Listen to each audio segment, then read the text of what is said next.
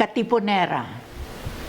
Listen, the children's voices hush at Angelus, and the tower bells of Mary, Mother of Jesus God, breaks the cold and startled air.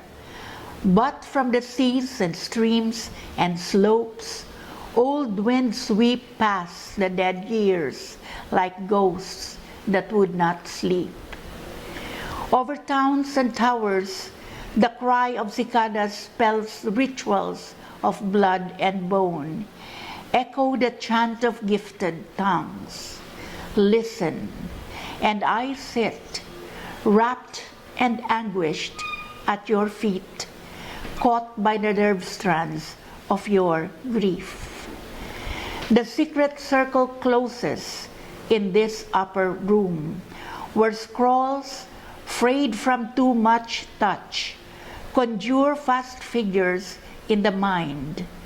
True, your ranks have swollen far beyond first hopes, forging here a primal force.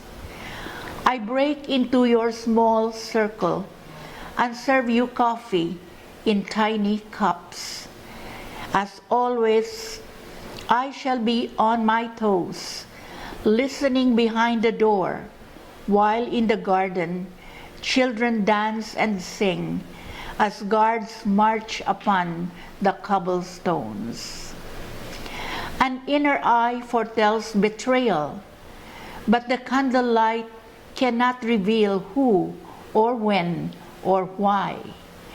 All night, doubts hang like a millstone strung around your neck, and I watch the knotted fear swell with mournful eyes.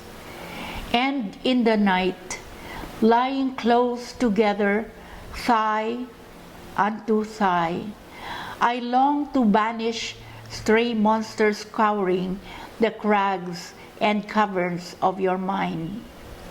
If only I could snare them out with drums and drag them howling by the snake tips of their hair. I long to call upon your demons and with bundled roots strike them with a fatal spell. But nothing helps, it seems. Your pain is rooted far beyond my hands can reach, and the fitful night shivers into dawn. In the morning, we break the bread of sorrow. The friend you trust has spurned the cause. All you have are numbers, an army without arms. What now, good generals, brave cavalry, dug out in shallow trenches without weaponry? Indeed, distance makes the heart grow faint and cold, the pen tamer than the sword. The shores of exile, far from the streets we scour. The morning simmers towards noon. Daunted, our brothers hang their heads without a word. In the gathering dark, I watch the hourglass counting grains. You have waited far too long for this fated hour. The long years, the carefully articulated pleas, the plots and schemes, now raw scabs that would not heal. You plead and pray, but words and gestures fall upon deaf ears. I bind the question in my tongue and do not ask. Where now the keepers of the faith?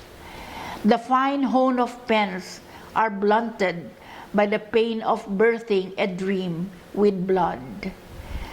Thus it must always be. With blood, the first circle sealed a pact to weave the fabric of this perilous dream. You call from the caves of Makarok, where the circles grow and the walls scream courage in charcoal scroll.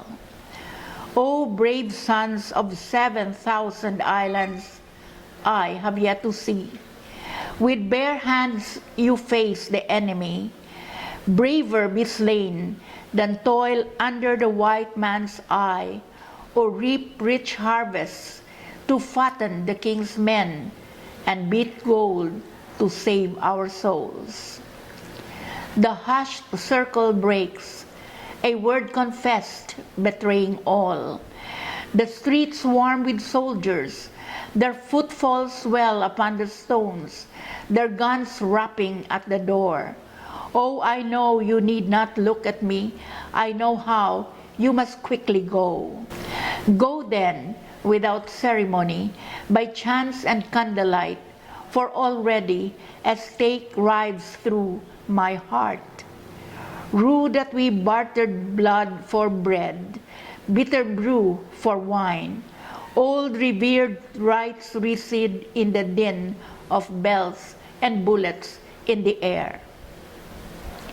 But even so, I shall walk on my knees upon the cathedral stones, light candles before the gods with glassy eyes, hang my hooded head and chant ora pro nobis till my tongue grows numb and a cold wind whirls in the hollow of my soul.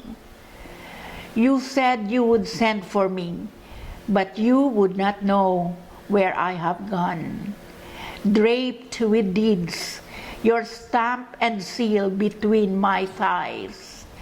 I have gone past nameless streets, as shadows sniff at my feet, and a voice whispers, "You are dead, O Jesus God." I would die with you if death is where you take me. No safe room, no rock, for one who has burned a candle end to end and chanted your creed in that cold, dark cave. So now I scour the slopes in search of where your body lies. Shall I shroud you then with this cloth? Mute symbols seamed stitch by candlelight?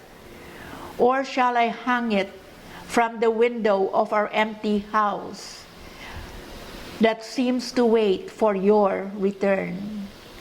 Bone, blood, being, your ghost lingers wherever I make my makeshift bed.